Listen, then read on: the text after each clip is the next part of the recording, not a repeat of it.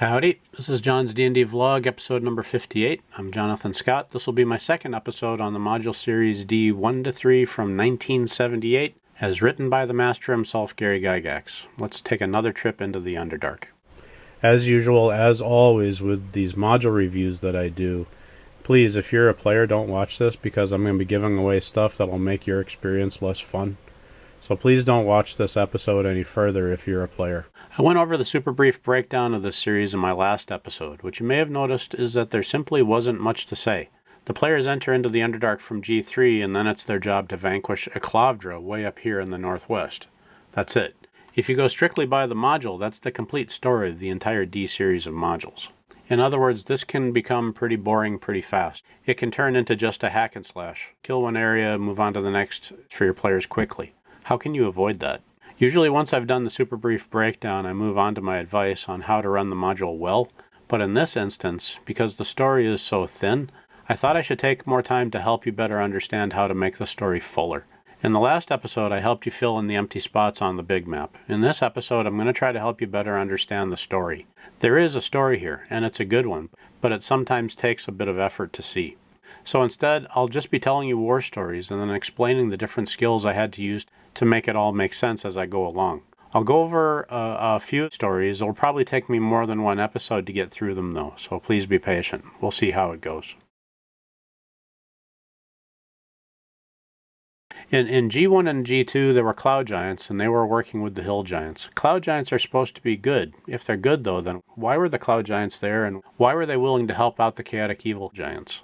In G2, there was a storm giantess who's in chains. Why would she be there? Why would she be in chains when the cloud giant was willing to help? In G3, there was a drugged titan kept in a cell. Why was he there? Why was he drugged and imprisoned when the cloud giants were so willing to be helpful? This actually is a war story from before they even got to D1, but it affects what happens from here on out. So anyway, those are the dots. How do you connect them so the story makes more sense? Understanding the mystery can help make your story a little deeper. Here's what I came up with. In my campaign, I had the kings and queens of all three good giant races, Cloud, Storm, and Titan, trapped in mirrors of life trapping. The mirrors they are in are kept in a Clavdra's treasure room in her estate north of Arilhe Sinlu. On top of that, a Clavdra has been extorting these giant nations. She's been demanding that cloud giants, storm giants, and titans join her army. If they refuse to join, she threatens to kill their royalty. So far, only the cloud giants have given in and have joined the fight. The storm giants and titans are still refusing. Meanwhile, the smaller and more evil races of giant were willing to join simply through financial bribes. No threatenings were needed for their support.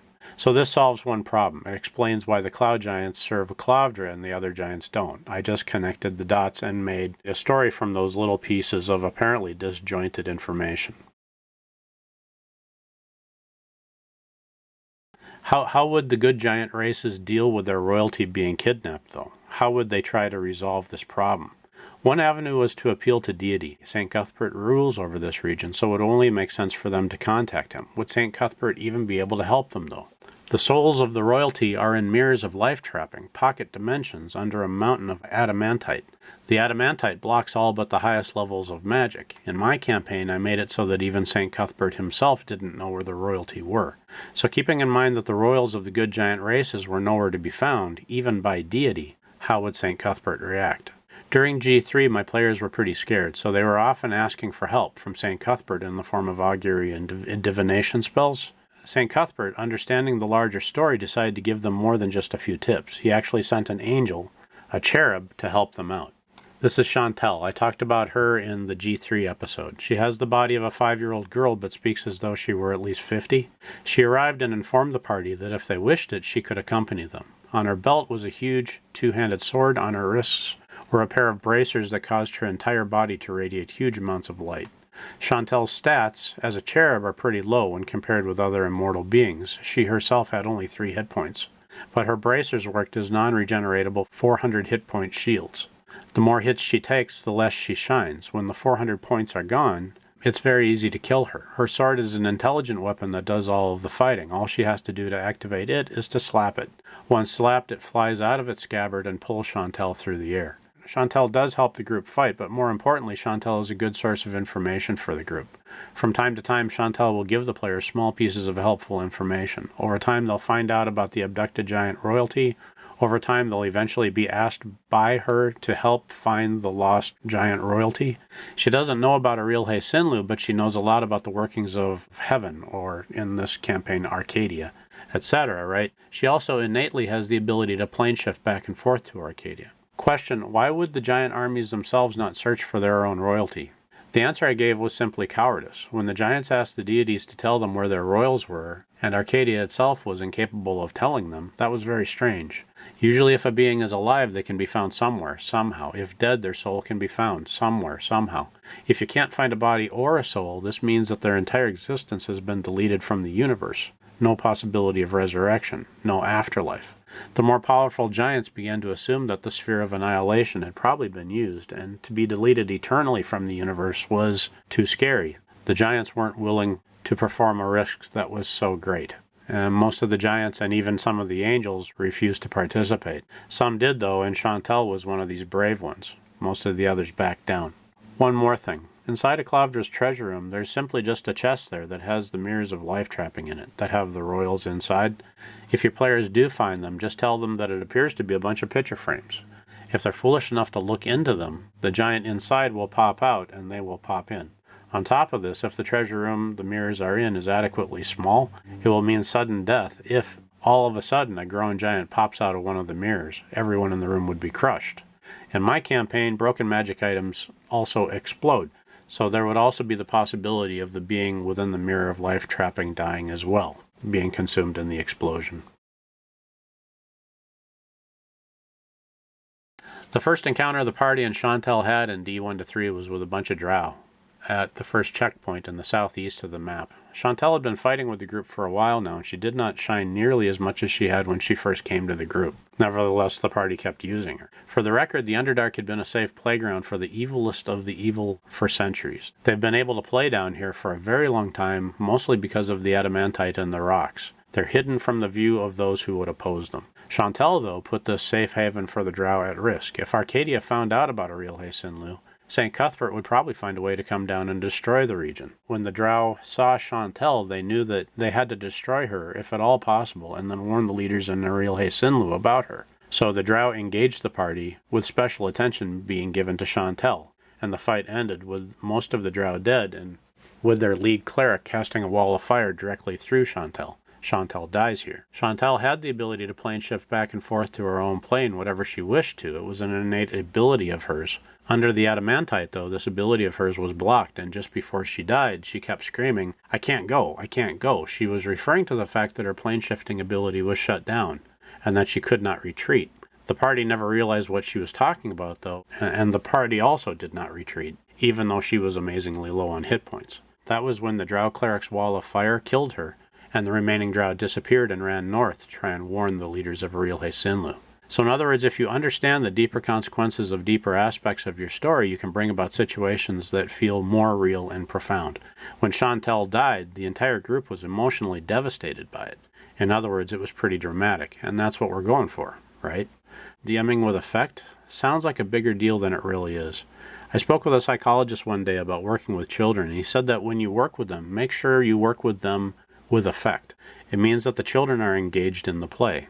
You look in their eyes and you can see that they're paying attention and that they're engaged. So DMing with effect means simply that make sure your players are emotionally involved in the story. If there's no effect in their eyes, if you can't see them paying attention or caring, you're wasting your time. When Chantal died, they were affected emotionally by it. There was an effect, which meant that it was a valuable experience. When Chantal died, they picked up her body, her corpse, and placed it into a large bag of holding that they had had with them. They then tried to find their way out of the Underdark so they could bring her remains back to Arcadia. When they got there, the weather was fine, but within several minutes, the skies all turned dark and lightning bolts were exploding all around them. How does a good god act when one of his cherubs die needlessly? Maybe I went over the top, but it was memorable. St. Cuthbert himself rode his flying horse straight to them, and he began screaming at them. What happened? Where is she? Where is she? Where is she? He kept saying, right? They pulled her remains out of the bag of holding and sadly offered them to St. Cuthbert, but even after seeing her body, he kept screaming, "Where is she? Where is she? Where is she?" Her corpse was there, but her soul had not returned. The adamantite on the walls of the Underdark not only blocked magic, it also prevented Chantal's soul from returning to Arcadia when she died. So she was still down there, walking through the tunnels of the Underdark. St. Cuthbert immediately quested the higher-level cleric of the group to return and find her immediately. This was a god-level quest, though, and disobedience to it would result in death after several weeks. To see her soul, he also gave them special stones of true seeing. They immediately returned and eventually found her sitting in one of the tunnels, still crying, despondently, even though it had been many days since she died. When they found her, it looked as though she had changed. She had lost trust for the group, who had abandoned her. She used to be bright and cheerful and happy all the time, and now she was very sullen and dark and withdrawn. They escorted her to the Underdark entrance, and she immediately plane-shifted back to Arcadia. In a monster condo, players roam from room to room to room just killing things and collecting treasure. When you look a little deeper, though, there's a real story here, if you're willing to tell it. Using elements outside of the module can also help to give your story a much more three-dimensional feel, and that's what the players experienced. This is as good of a time as any to mention a few variations I used from the standard D&D rules. This is where the differences began to become more important to the storyline. In my campaign, every time you level, you roll a 1d100, and you get that many percentage points added to one of your stats. The players roll it, and they get to choose which stat it's applied to. One of my players, though, a fighter, rolled his psionics roll when he first made his character really well. He was close to having psionics, but he just wasn't quite there. Unfortunately, his stats were just a little too low for it. Seeing that he was so close, though, I decided I would let him grow into it. Each time he leveled, I talked him into adding his points to his intelligence, wisdom, or charisma. As he got close to being eligible for psionics, I had his psionic disciplines begin to function randomly and against his will. It's like a mutant who is just beginning to gain their powers. I rolled for his abilities, and he got levitation, teleport, body weaponry, and cell adjustment. So, for example, during fights, he would all of a sudden just lift up off of the ground via levitation, and he couldn't move because he had no contact with the ground. The only opponents he could strike were those who came close to him, and even then there were negatives. Because you're not touching the ground, you don't have nearly as much strength. Another time during a fight, I told him that he had dropped his weapon, so he bent down to pick it up, only to realize that he couldn't because his hands had turned into swords, and he didn't have the ability to pick anything up. That one really tripped him out. Lastly, during one other fight, he just disappeared. All of a sudden, he was fighting one round, and the next round he was just gone. The party had no idea where he was. Eventually, they found him sitting at a counter in a restaurant eating a steak.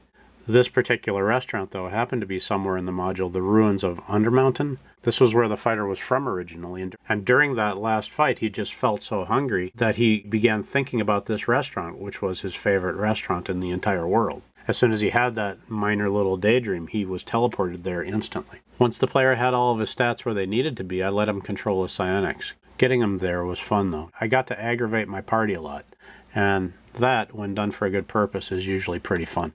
Psionics is not magic. Another house rule I use in my campaign is this one. Because psionics isn't magic, the adamantite in the cave walls does not hinder you. The one fighter who had it now, though, could leave the Underdark anytime he wished via teleport. In my campaign, though, psionic teleports are expensive. In the normal system, each teleport costs 20, and if a character has 200 or 300 psionic strength points, he could theoretically teleport 10 or 15 times a day with his entire group. This would be the same as a 10th level wizard having access to 10 or 15 5th level spells every day. The discipline seemed like it needed some tweaking. So for my campaign anyway, I made it so teleporters got as many teleport points as their level. To teleport themselves costs 1 point, to teleport another costs 2. It's expensive, but because they aren't hindered by anti-magic zones, it seemed fair to me. Nevertheless, now that teleports were again available to the group, it opened up some possibilities. In my G3 episode, I mentioned the following two NPCs. One is Jeff Brooks. He's a teenage neighbor to the group. During the course of the game, the group found out that he had the ability to learn and teach anything merely by coming into physical contact with another person. So once he realized that he had that power, Jeff basically just walked around the city, shaking everybody's hands as often as he could. He's a character from my novel Asmarine that I brought into my campaign. He's a jerk of a kid, though. No part of him is nice. It isn't so much that he's mean, he's just completely antisocial and kind of greedy. Even though he's just a teenager, because of his learning gift, he's now a 30th level wizard. The group was in big trouble once or twice, and they begged him to help, but each time he refused. It's not that he's antagonistic, he just doesn't care. The other NPC, Brett Gold, is the owner of the Cookie Stone store. He's the one who actually manufactures the cookie stones there. He had also had a few run-ins with the group. He is also a very powerful wizard. While the group was in G3, the group came across a small group of Rakshasa. Usually Rakshasa read the minds of their victims and then make illusions to fool them into dropping their guards. Once they are unprepared and can't defend themselves, that's when the Rakshasas usually attack. This time, though, during their ESP scan, they learned about Jeff Brooks, a being who could learn and teach anything by touch. They also learned about Brett Gold, a man who could create a magical rock that could save your life. So instead of their normal method of attack, they simply learned where Jeff and Brett lived, informed the mind flayers who then plane shifted in, kidnapped them, and then plane shifted back, escorting their treasures, Jeff and Brett, to Ariel Sinlu. After the abduction, the group returned to Eastbrook to see a huge line of naked people standing in front of the Cookie Stone store. Usually, when a Cookie Stone was activated, you would be teleported to in front of the Cookie Stone store, fall into the pool of water, and then you would just go get in line and get a new Cookie Stone. But now that Brett Gold was not there, no one could get new Cookie Stones. This was a big shock not just to the party, but to the entire city of Eastbrook as well, knowing that their current Cookie Stone was their last, that they couldn't get a new one. They also went to their own home to see the front door of Jeff Brooks' home open and empty. Jeff Brooks was gone as well, so Brett Gold and Jeff Brooks now kidnapped. Several weeks later, the party stumbled onto a party of mind flayers. There were 10 of them in the group. One was a professor and the others were young students. After the fight, the cleric used Speak with the Dead on the professor. I rolled a saving throw and it was very bad. The professor was basically willing to tell them anything. This was when the players found out about Ariel Sinlu, the Anti-Solar Institute, and the Mind Flayer Elderbrain located on its lowest level. During the questioning, they also learned about 2 people the Mind Flayers had recently kidnapped. The party put 2 and 2 together and realized that Jeff and Brett were now somewhere inside the Anti-Solar Institute, inside the great evil metropolis of Ariel Sinlu. As far as they knew, Jeff and Brett had been prisoners in the most evil place on the planet for weeks now. The party's plan to rescue Jeff and Brett was pretty simple. The Psionic Fighter and one Paladin would wish themselves to wherever Jeff Brooks currently was, grab Jeff, memorize the location, and then the Psionic Fighter would teleport them out. So they did. They found themselves on the stage of a huge auditorium. In front of them were inclining rows of seats. The design is similar to what you might find on a college campus. To their left was a podium, behind them were chalkboards, and a tall, thin concrete pyramid. There was a sign written on the pyramid that said Teaching Machine. To each side were buttons and levers. In front of it there was a 6-inch diameter grayish-orange circle. From the ceiling there was a drip of some sort of purplish liquid that fell onto the pyramid and then collected at the base of it into some sort of a trough that ran all the way around it. Jeff was nowhere to be seen. In the wish spell, though, they specifically asked to be where he was, and they could not see him. Eventually they figured out that Jeff was actually inside the concrete pyramid. Once they learned what he could do, the Mind Flayers placed him into a mold and then poured concrete all about him, leaving only a small circular patch of his skin uncovered by the concrete. The trickle of purplish liquid was a healing potion that steadily streamed into the basin under the pyramid where it could come into contact with one of Jeff's toes. Jeff had been trapped like this for weeks. He was always close to death, but always being revived, barely. He could not breathe, so he could not cast spells with verbal components. He could not move his fingers, so he could not cast spells that had somatic components. He was trapped. The buttons and levers to the sides of the pyramid were simply connected to pins and blades that jabbed into Jeff's side when they were pushed. It was how the Mind Flayers coerced Jeff into teaching them. So far, Jeff had remained stoic. He had not taught the Mind Flayers anything, but Jeff's sanity was now slipping. The Paladin touched the grayish-orange circle just to see what it was, and there was a small instant where Jeff learned who was touching him. Once he knew, though, he mentally screamed at the Paladin, "Get me out of here!" He then forced all the information that he had within him into the Paladin. The Paladin had now become a 30th level wizard. The Paladin, not being able to process so much learning though so quickly, fell to the ground convulsing. This is where I made a mistake. The Psionic Fighter then did something I probably should have not allowed. When the Paladin fell to the ground convulsing, the Psionic, had he been role-playing correctly, probably would have grabbed the Paladin and teleported out. Instead, the Psionic wanted to be a 30th level wizard too, so he touched the grayish-orange circle and fell to the ground convulsing as well. So there they were now each 30th level wizards, but they were both prostrate on the ground convulsing for the next hour. They were completely defenseless. In the Anti-Solar Institute, home to hundreds of Mind Flayers, in Ariel Sinlu, the most evil city on the planet, under a mountain of adamantite where even the gods could not see them. I rolled for wandering monsters. Had anything come, they both would have died instantly. Luckily for them, nothing came. They woke from their convulsing, stood up, used a ring of stone shape to free Jeff Brooks, who was now screaming in full-blown insanity, and then wished themselves and the rest of the group, including Brett Gold, to Arcadia. Simply wishing everyone to freedom would have probably been the better strategy to begin with, but no one had thought of it until then. In Arcadia, they were hoping that someone there could heal him. Jeff Brooks was taken away by some angels. The group was scolded for having brought an outsider there, but were commended for their charity in helping him. The ordeal was complete, and importantly, they now had a way to get into Irilhe Sinlu if they wanted to. They had both memorized a teleport area there inside the Anti-Solar Institute.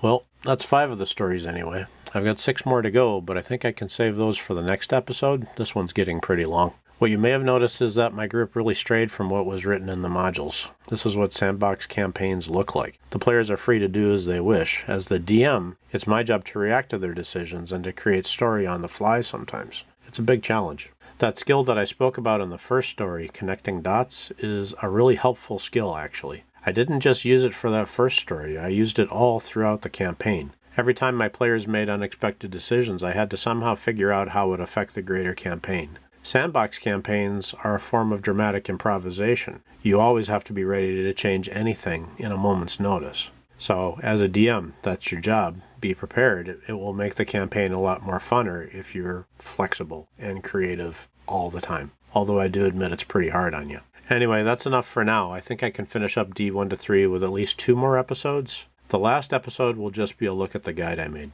Anyway, that's it. Have good games. Have a lot of fun. Have a nice day.